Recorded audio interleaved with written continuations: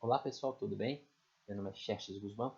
Eu queria abordar com vocês um tema que está gerando muita polêmica na área trabalhista, que é o do fato do príncipe ou da força maior como razões de ruptura do contrato de trabalho nesse período de pandemia de Covid-19.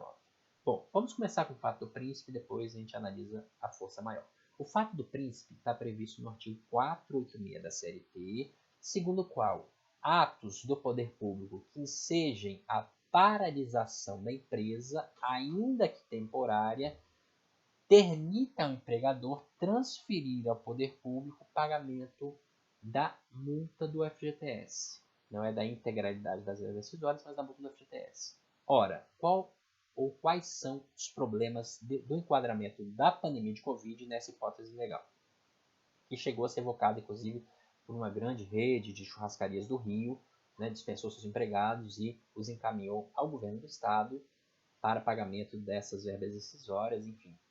Depois isso acabou até tendo uma reviravolta. Enfim, mas qual é o problema desde o início para enquadrar essa situação de paralisação das atividades das empresas, que de fato foi determinado por diversos municípios, diversos estados, mas de enquadrá-las nessa hipótese de fato do príncipe?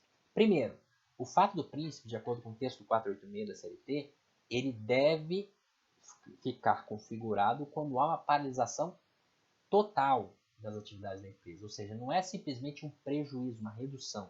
E, como a gente bem sabe, praticamente todos os setores da economia brasileira sofreram forte impacto, né? Mas continuaram exercendo suas atividades ainda que de maneira adaptada. Ou seja, restaurantes fecharam durante um determinado momento, mas continuaram entregando por delivery, né? Lojas, boutiques, roupas, calçados, de fato fecharam durante o período, mas continuaram fazendo entrega por delivery, vendas online, ou seja, não houve uma paralisação completa que é exigida pelo texto seletista para configurar o fato do príncipe. Esse é o primeiro problema. O segundo, para a maioria da doutrina que analisou a situação à época, para configurar o fato do príncipe, há uma exigência, um ato que seja arbitrário do poder público, ou seja, um ato discricionário. O poder público simplesmente determina o fechamento das empresas por um motivo que lhe pareceria suficiente. Não é o caso da Covid, porque a Covid é uma crise sanitária, não é um ato discricionário do poder público. O poder público se viu obrigado a determinar o fechamento dos comércios, enfim, das empresas, por conta da necessidade de conter a disseminação ainda maior do vírus. Ok? Então, dois problemas para configurar o fato do príncipe. O que é possível se dizer, então? Desde o início da pandemia, não se pode falar de uma maneira fundamentada respeito àqueles doutrinadores que são minoria, mas que sustentavam essa tese desde o início, mas, a meu ver, não se poderia falar de maneira fundamentada em fato do príncipe, mesmo no início da pandemia, e ainda mais depois da aprovação da Lei 14.020, que é a conversão da MP 936 em lei, que passou a ter no seu artigo 29 a previsão expressa de que a paralisação ocasionada por ato do poder público, e aí menciona municipal, estadual ou federal, não configura hipótese de fato do príncipe. Então, o que a Lei 14.020 veio a fazer foi consolidar aquilo que a doutrina majoritária já sustentava antes mesmo da lei ser promulgada. Ou seja, a pandemia de Covid-19 não configura hipótese de fato do príncipe. Ok? Isso é tranquilo de sustentar, tá, gente? Porque virou lei e a doutrina majoritária já sustentava antes. O que é um pouco mais complicado é a situação da força maior. Por quê? Desde o início havia uma forte polêmica. Por um lado, os que defendiam que a Covid seria hipótese de força maior e utilizava essencialmente o artigo 1º da medida provisória 927, que de fato previa a pandemia como hipótese de força maior.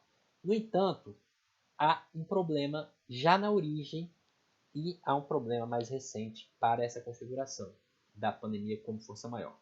Primeiro, a MP de fato previa que a pandemia de Covid-19 seria uma hipótese de força maior.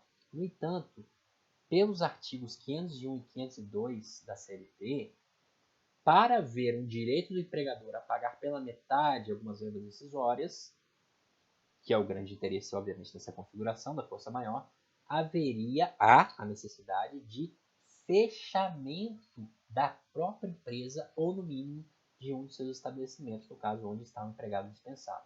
Ou seja, não basta a pandemia para que o empregador, ao dispensar o seu empregado, pague pela metade algumas rescisórias. É necessário que ele feche o estabelecimento ou a própria empresa para sustentar essa tese, ok? Então, essa confusão existiu na época, tem que haver esse esclarecimento. Para configurar força maior, tem que fechar o estabelecimento ou fechar a empresa como um todo. Aí sim, poderia se estar nessa hipótese prevista pelo MP. E há um outro problema, que é o de que a CLT perdeu a vigência, ela caducou em 19 de julho de 2020, ou seja, já não há mais, a partir de 20 de julho, amparo normativo para se configurar a pandemia de Covid-19 como hipótese de força maior. É verdade que parte da doutrina sustenta que, independente dessa previsão da MP, seria hipótese de força maior, no entanto, por conta do texto da CLT, no entanto, eu repito o que sublinhei antes, deve haver uma observação deste requisito expresso nos artigos 501 e 502 da CLT, ou seja, para configurar força maior tem que haver fechamento do estabelecimento ou da empresa como um todo, ok?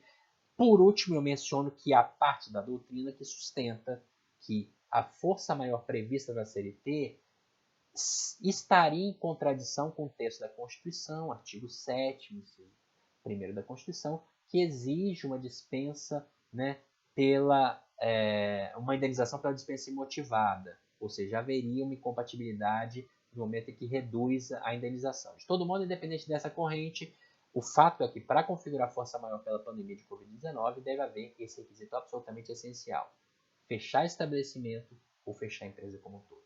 Ok, gente? Se gostou desse vídeo, curtam, compartilhem. Um abraço a todos.